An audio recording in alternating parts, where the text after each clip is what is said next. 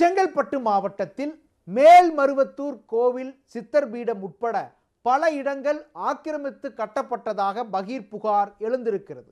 இது குறித்து சென்னை உயர்நீதிமன்றம் முக்கியமான கேள்வியை எழுப்பியிருக்கிறது. மாவட்ட ஆட்சியர் செய்ய போவது என்ன?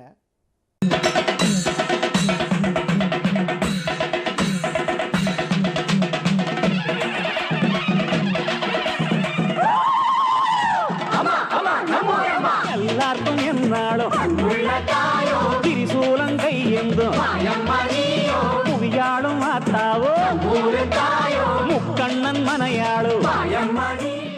சென்னை திருச்சி நெடுஞ்சாலையில் செங்கல்பட்டு மாவட்டத்தில் அமைந்துள்ளது மேல்மருவத்தூர் ஆதிபராசக்தி கோயில். உலகம் முழுவதுமிருந்து பக்தர்கள் இந்த கோவிலுக்கு வந்து செல்லும் அளவுக்கு பிரபலம். இப்போது இந்த கோவில் நில ஆக்கிரமிப்பு சர்ச்சையில் சிக்கி உள்ளது எப்படி? செங்கல்பட்டு மாவட்டம் மேல்மருவத்தூரை அடுத்த சோத்துப்பாக்கம் பகுதியில் கீழ் மருவத்தூர் ஏரி இருந்தது. கடந்த 2015ஆம் ஆண்டு இந்த ஏரி தனி நபர்களால் ஆக்கிரமிக்கப்பட்டது. இதேபோல் மேல்மருவத்தூர், சோத்துப்பாக்கம், கீழ் மருவத்தூர், கேசவராயப்பேட்டை உள்ளிட்ட பகுதிகளில் இருந்த ஏராளமான நீர்நிலைகள் ஆக்கிரமிக்கப்பட்டன. இந்த ஆக்கிரமிப்புகளை அகற்றக் கோரி அதே பகுதியைச் சேர்ந்த ராஜா என்பவர் சென்னை உயர்நீதிமன்றத்தில் கடந்த 2018ஆம் ஆண்டு பொதுநல வழக்கு தொடர்ந்திருந்தார்.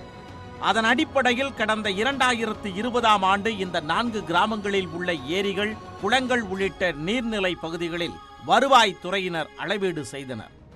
அந்த அறிக்கையை அப்போதைய மாவட்ட ஆட்சியர் பொன்னையா நீதிமன்றத்தில் சமர்ப்பித்தார்.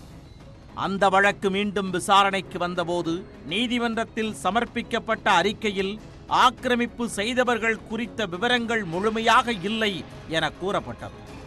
ஆக்கிரமிப்பு செய்யப்பட்ட நபர்கள் குறித்த விவரங்களையும் சேகரித்து முழுமையான அறிக்கை வழங்க வேண்டுமென மாவட்ட ஆட்சியருக்கு சென்னை உயர்நீதிமன்றம் உத்தரவிட்டது. மேலும் அந்த அறிக்கையை 2021ஆம் ஆண்டு செப்டம்பர் 26ஆம் தேதிக்குள் நீதிமன்றத்தில் சமர்ப்பிக்க வேண்டும் என்றும் அறிவுறுத்தியிருந்தது. மேல்மருவத்தூர் பார்த்தீங்கன்னா ஏரி ப்ராப்பர் பிடபிள்யூ ஏரி.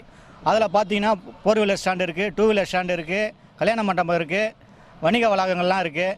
ஒரு அரசு அதிகாரி வந்து என்ன மனுதாரரை ஏமாத்த தான் நினச்சி ஒரு ரிப்போர்ட் தவறான ரிப்போர்ட் போட்டாங்க ஏற்கனவே. ஆனால் அவர் என்ன ஏமாத்தலை, இந்த அரசாங்கத்தை ஏமாத்துறாது, இந்த நீதிமன்றத்தை ஏமாத்த தான் நான் கருதுறேன். திருப்பி இந்த தவறு நடைபெற விடாதுன்னு நான் கேட்டுக்கொள்கிறேன்.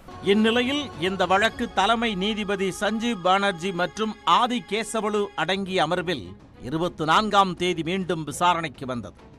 வழக்கை விசாரித்த நீதிபதிகள் கடந்த 2 வருடங்களாக அறிக்கை சமர்ப்பிக்காதது ஏன் என கேள்வி எழுப்பினர். அரசு அதிகாரிகள் கூறிய காரணங்களை ஏற்காத நீதிபதிகள் நவம்பர் 26ஆம் தேதிக்குள் ஆக்கிரமிப்புகள் குறித்த முழு விவரங்களை ஆக்கிரமித்தவர்களின் முழுமையான தகவல்களுடன் நீதிமன்றத்தில் சமர்ப்பிக்க வேண்டும் என உத்தரவிட்டனர்.